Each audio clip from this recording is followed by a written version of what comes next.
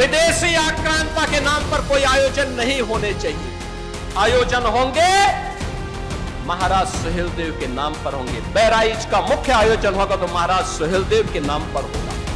गाजी नहीं, अब सुहेलदेव चलेगा। योगी आदित्यनाथ का ऐतिहासिक फैसला, हिंदू स्वाभिमान की वापसी का बिगुल। बहराइच की धरती पर सदियों से चलता आ रहा गाजी मेला अब इतिहास बन गया है।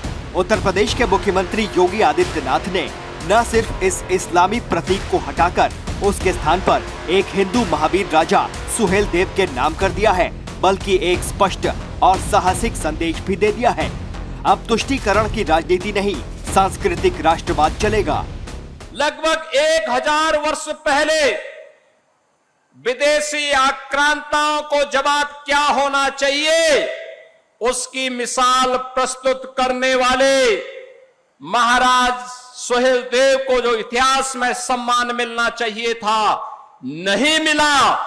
लेकिन प्रधानमंत्री मोदी जी के विरासत और विकास के इस अभियान को आगे बढ़ाते हुए डबल इंजन की भारतीय जनता पार्टी नेतृत्व की सरकार ने संकल्प लिया था कि मुझे प्रसन्नता है कि भव्य स्मारक का आज लोकार्पण प्रधानमंत्री मोदी जी के विरासत और विकास के इस अभियान को आगे बढ़ाते हुए आज बहराइच के इसी चित्तौड़ा नामक स्थान पर एक कार्यक्रम संपन्न हो रहा है और साथ साथ बहराइच के मेडिकल कॉलेज का नामकरण भी महाराजा सुहेलदेव के ही नाम पर रखा गया है। यह कोई साधारण प्रशासनिक निर्णय नहीं है, बल्कि ये भारत के सांस्कृतिक पुनर्जागरण की दिशा में एक क्रांतिकारी कदम है। गाजी मेला, जो एक कथित मुस्लिम बाहुबली और गजनवी के प्रतिनिधि गाजी मियां की याद में हर साल आयोजित होता था, वो अब इतिहास के अंधेरे पन्नों में दफन हो गया है। कि विदेशी आक्रांताओं का महिमामंडन बंद होना चाहिए, राष्ट्र नायकों का सम्मान होना चाहिए, हर हाल में सम्मान होना चाहिए। और 1000 साल पहले इस प्रकार के शौर्य और पराक्रम की गाथा एक इतिहास थी, वह सच करके दिखाया था। महाराज सुहेलदेव ने इसी भूमि पर दिखाया था। अब गाजी की जगह सुहेलदेव मेला होगा, उस योद्धा के नाम पर जिसने 11वीं सदी में गजनवी के भांजे सैयद सालार मसूद गाजी को रणभूमि में परास्त कर दिया था। ये वही सुहेलदेव हैं जिनकी वीर गाथा को वर्षों तक दबाया गया, उनकी पहचान को मिटाने की कोशिश की गई और जिनके नाम पर कभी कोई राष्ट्रीय सम्मान नहीं दिया गया। लेकिन अब योगी आदित्यनाथ ने ये ऐतिहासिक अन्याय सुधारा है। महाराजा सुहेलदेव के विजयोत्सव को मनाने की बात करते थे, तब कांग्रेस और समाजवादी पार्टी में होड़ लगती थी कि नहीं, गाजी मियां का विवाह होना चाहिए। हमने कहा विदेशी आक्रांताओं का महिमामंडन नहीं होना चाहिए। और मैं धन्यवाद दूंगा उन सभी लोगों को जिन्होंने इस बार से गाजी के नाम पर होने वाले आयोजनों को पूरी तरह से बंद करवा दिया है। विदेशी आक्रांता के नाम पर कोई आयोजन नहीं होने चाहिए। आयोजन होंगे महाराज सुहेलदेव के नाम पर होंगे। बहराइच का मुख्य आयोजन होगा तो महाराज सुहेलदेव के नाम पर होगा। ये शब्द मात्र एक घोषणा नहीं, बल्कि एक धार्मिक सांस्कृतिक परिवर्तन की घोषणा है।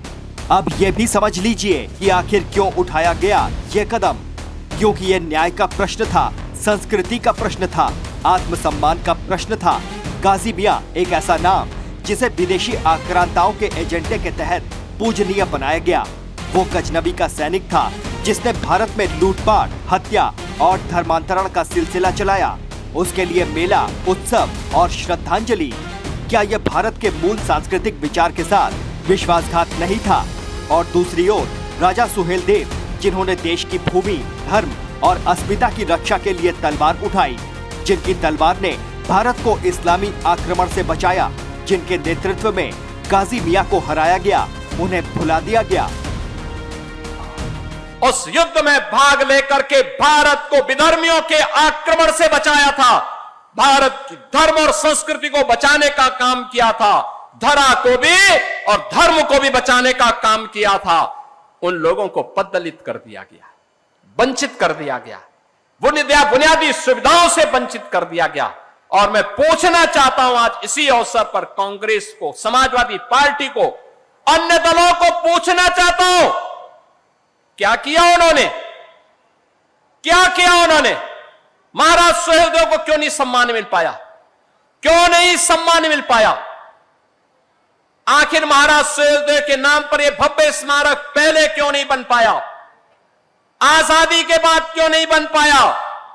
महाराज सुहेलदेव को यह सम्मान पहले बनाने का काम जो होना चाहिए था, उनके नाम पे मेडिकल कॉलेज क्यों नहीं बन पाए? उनके नाम पर विश्वविद्यालय पहले क्यों नहीं बन पाए? क्योंकि वोट बैंक की तो चिंता थी, लेकिन महापुरुषों का नाम अगर रख देंगे तो कहीं तुष्टीकरण की नीति फेल न हो जाए।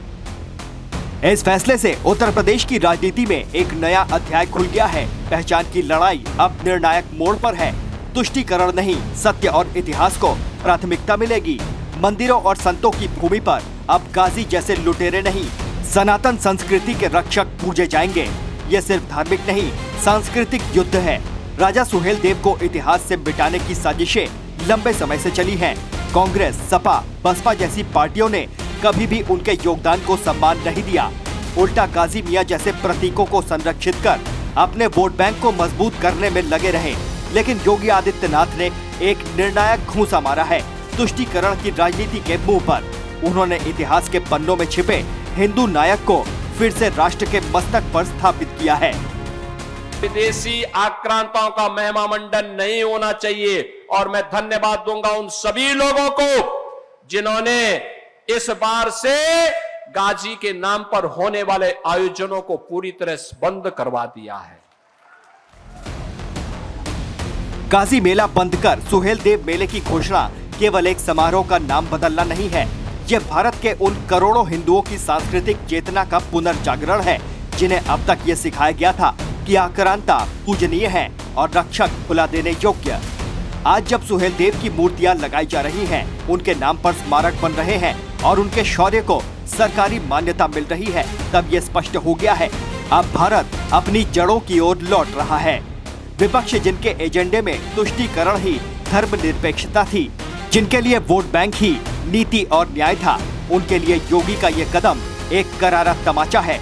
आज अगर कोई सपा नेता या कांग्रेस प्रवक्ता इस कदम पर आपत्ति जताता है तो वो खुलेआम गाजी जैसे आक्रमणकारी के साथ खड़े दिखेंगे और यही इनकी असलियत है।